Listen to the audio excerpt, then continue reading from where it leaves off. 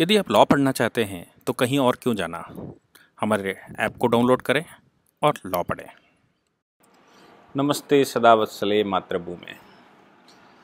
आज हम लोग डिस्कशन करने वाले हैं FCRA अमेंडमेंट 2020 की, यानी कि फॉरेन कंट्रीब्यूशन रेगुलेशन एक्ट 2020। और इस एक्ट में जो सबसे ख़ास बातें हैं उन 5 बातों पर हम डिस्कशन करने वाले हैं। क्यों कम्युनिस्ट परेशान हैं, क्यों हमारे देश के NGO गैंग्स परेशान हैं, क्यों हमारे देश में कन्वर्जन करने वाले परेशान हैं, क्यों मौलाना मदरसे के परेशान हैं और क्यों चर्च का पादरी परेशान है जो संशोधन सरकार लेकर आई है। सबसे पहले FCRA है क्या? फॉरेन कंट्रीब्यूशन रेगुलेशन एक्ट, यानी कि विदेशों से आने वाले पैसे, जो विदेशों से पैसा आता है वो जो हमारे देश में कंट्रीब्यूट करते हैं उनका रेगुलेशन है ये। हम सबको याद होगा कि पीछे 2014 में जब मोदी सरकार बैठी थी तो उनके सबसे पहले स्टेप्स में से उन्होंने जो स्टेप लिया था वो ये लिया था कि जो NGO विदेशों से पैसा लेती हैं उनको सबको with in A stipulated time हिसाब देना होगा कि उन्होंने अभी तक कितना पैसा लिया है और कहाँ कहाँ खर्च किया है। और अगर ऐसा वो नहीं करते तो उन NGOs पर बैन लगाया जाएगा। ऐसा करने के दौरान सभी NGOs को नोटिस इशू किए गए जिनके पास विदेशी फंड आया था, और विदेशी फंड का हिसाब न दे पाने की वजह से लगभग एक बार में 20,000 NGOs को डी रिकॉग्नाइज कर दिया गया था। 20,000 दोस्तों, मतलब 20,000 NGOs भारत में काम करती थी। अगर हम 36 स्टेटों की बात करें तो आप समझ सकते हैं ऑलमोस्ट 800 से 900 NGO एक स्टेट में एक्टिव थी। 800 से 900 NGO एक स्टेट में एक्टिव होने का मतलब है बड़े से बड़ा स्टेट भी 70 डिस्ट्रिक्ट रखता है उत्तर प्रदेश जैसा, तो आप एक एक डिस्ट्रिक्ट में 100-100, 150-150 NGO एक्टिव थी जो विदेशों से पैसा ले रही थी और जिनके पास कोई हिसाब नहीं था कि वो कहाँ पैसा खर्च कर रहे हैं। तो सरकार ने वो 20,000 NGO पहले राउंड में ख़त्म की, फिर सेकंड राउंड में कुछ NGOs ख़त्म की।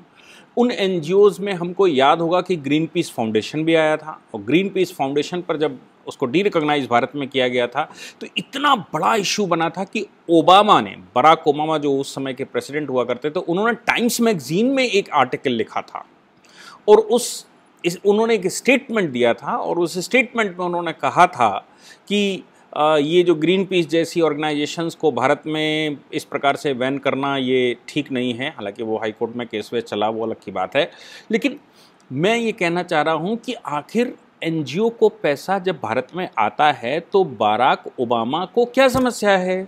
ग्रीन पीस पर अगर भारत बैन लगा देता है और कहता है कि आप भारत में अपनी एक्टिविटी नहीं चला सकते क्योंकि आपने फॉरेन रेगुलेशन एक्ट के तहत जो पैसा विदेशों से लेकर आए उसका हिसाब नहीं दिया, इसलिए हम आपको यहाँ डी रिकॉग्नाइज करते हैं, तो किसी को क्या समस्या है?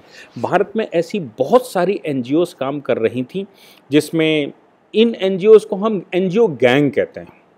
NGO गैंग्स का काम होता है कि विदेशों से एक एजेंडा आया, उस एजेंडे को लेकर पूरे देश में एक्टिविटीज़ करना, लोगों को तैयार करना, उन पर सेमिनार करना, लोगों को भड़काना, लोगों को इकट्ठा करना और फिर एकदम अचानक किसी एक दिन देश में बवाल खड़ा कर देना। ये NGO गैंग्स में हम कबीर फाउंडेशन ले सकते हैं, जो केजरीवाल की फाउंडेशंस हैं, वो भी इन्हीं में आती थी। केजरीवाल इसलिए परेशान है आजकल, शांत भी इसलिए है क्योंकि पैसा विदेशों से आने में इस समय बड़ी समस्या हो रही है। या इस तरह की बहुत सारी NGO जो भारत में काम करती थी।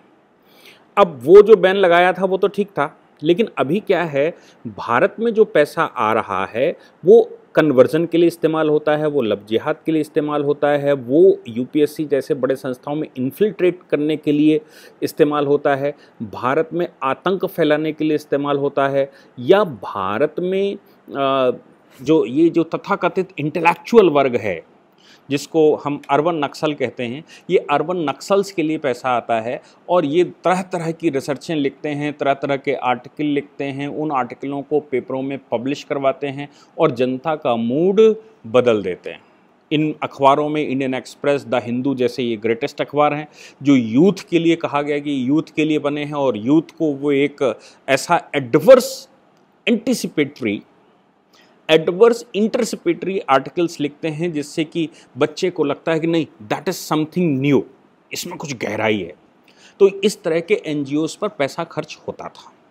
अभी सरकार ने जो फॉरेन रेगुलेशन लेकर आए हैं फॉरेन एफसीआरए में, उसमें 5 खास बातें ये हैं कि जो भी संस्था भारत में पैसा विदेशों से लेगी वो एफसीआरए में रजिस्टर्ड होनी चाहिए। पहली बात, कोई भी जो एफसीआरए में रजिस्टर्ड नहीं है, कोई भी ऐसी संस्था विदेशों से सीधा पैसा नहीं ले सकती। मैंने आपको पीछे भी कहा था कि अपना MMD education and research foundation को विदेशों से कुछ लोगों ने पैसा डालने की कोशिश की, तो वो बैंकिंग सिस्टम पे ही प्रोविट होकर मैसेज चला गया कि एनजीओस को पैसा नहीं जा सकता, विदेशों से एटलीस्ट नहीं आ सकता, देश के अंदर ही एनजीओ को पैसा जा सकता है। तो जो भी एनजीओ को पैसा जाएगा वो एफसीआरए एक्ट के तहत रजिस्टर्ड होगी तो ही पैसा जाएगा, पहली चीज़। यानी कि किसी भी व्यक्ति को जो अनरजिस्टर्ड है उसको पैसा भारत में नहीं दिया जा सकता। दूसरी बात, एफसीआरए के तहत रजिस्टर्ड जो एनजीओ है, पैसा उसको ही डायरेक्ट खर्च करना पड़ेगा, वो किसी और एनजीओ में ट्रांसफ़र नहीं कर सकता। होता क्या था कि हमारे यहाँ कुछ फाउंडेशंस ऐसी थीं जो विदेशों से पैसा भारत में भेजती थी। भारत की एक बड़ी एनजीओ केवल इसी काम को करती थी कि वो पैसा वहाँ से लेकर छोटी छोटी एनजीओज़ में डिस्पर्स कर देती थी। अब वो चर्च की छोटी सी एनजीओ है या मदरसे की एनजीओ बनी हुई है या और किसी प्रकार की एनजीओ बनी हुई, कुछ चेयर्स बना रखी थी, इनको जो पैसा जाता था वो पैसे से वहाँ अपनी एक्टिविटीज़ कन्वर्जन की और जो चला सकते थे वो चलाते थे। तो उन्होंने कहा कि जो एफसीआरए के तहत रजिस्टर्ड है, जिस फर्म को पैसा आया है, जिस एनजीओ को पैसा आया, वो एनजीओ ही उस पैसे को खर्च करेगी।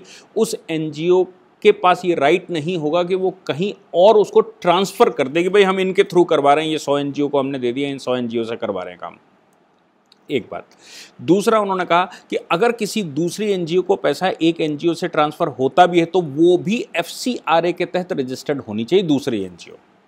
यानी कि जो दूसरी एनजीओ है जिसको आप पैसा लेने के बाद ट्रांसफ़र करें वो भी एफसीआरए में रजिस्टर्ड होनी ही चाहिए। यानी कि जो भी विदेशी पैसा आएगा वो सरकार के सीधे सर्विलांस में होगा। एक बात। दूसरी बात, उन्होंने ये कहा कि एडमिनिस्ट्रेटिव फंक्शन में 20% से ऊपर का खर्चा नहीं किया जा सकता। बहुत बड़ी बात है।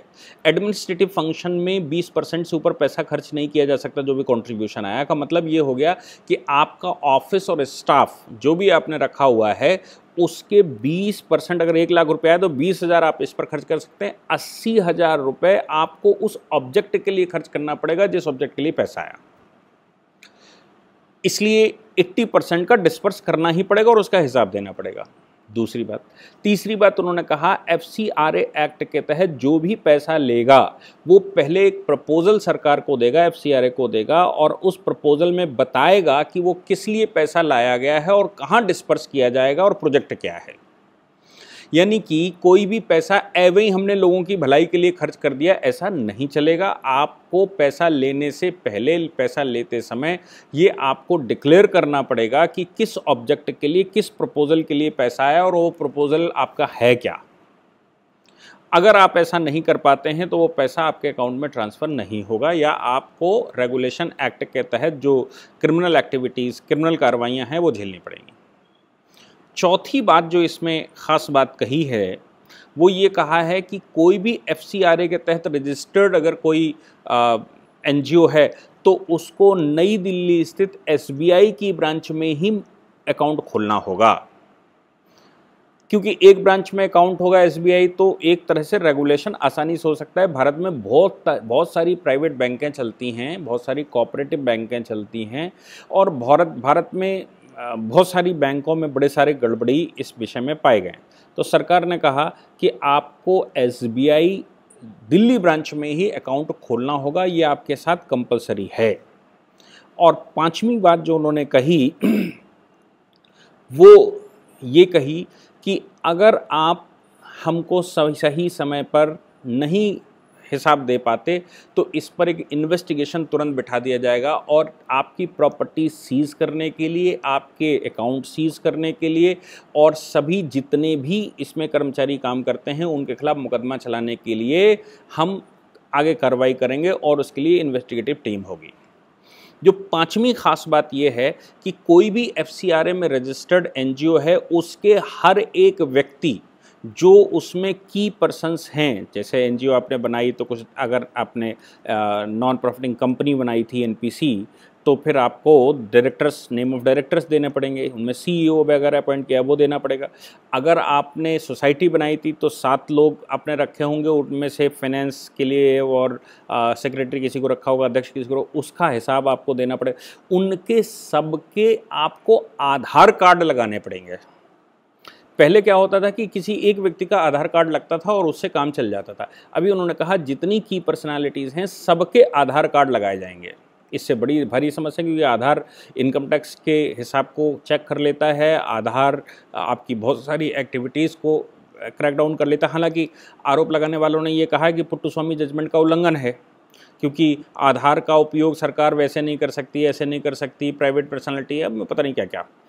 लेकिन एफसीआरए एक्ट के तहत सरकार ने ये 5 बड़े कदम उठाकर कन्वर्जन पर बड़ा प्रहार किया है, देश में दंगे करने के लिए फाइनेंस करने पर बड़ा प्रहार किया है, देश में ये जो अर्बन नक्सल्स तैयार होते हैं इनके ऊपर बड़ा प्रहार किया है, देश में जो एंटी नेशनल एक्टिविटीज़ के लिए पैसा खर्च होता है, जिसको रिसर्च और आर्टिकल और ये और मैगज़ीन दुनिया भर का छापा जाता है, उस पर एक बड़ा प्रहार सरकार ने किया है।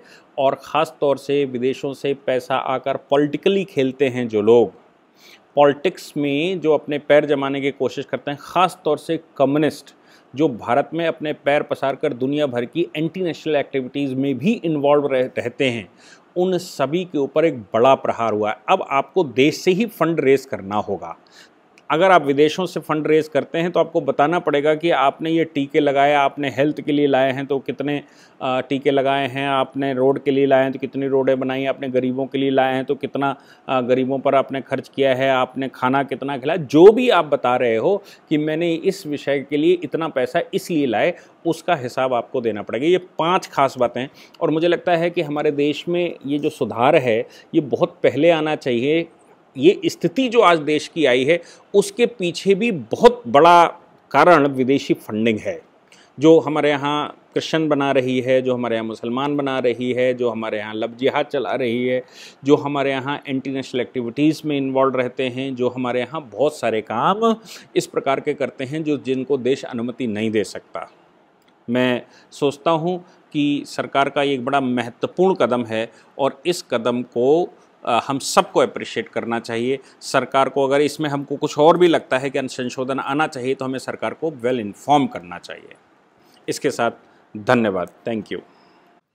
इस पूरी ऑर्गेनाइजेशन को चलाने के लिए आप नीचे डिस्क्रिप्शन से हमारे ऐप को डाउनलोड कर सकते हैं, जिससे कि लॉ स्टूडेंट्स को, लॉयर्स को और आम आदमी जो लॉ जानना चाहता है वो पेड क्लासेस का लाभ ले सकता है।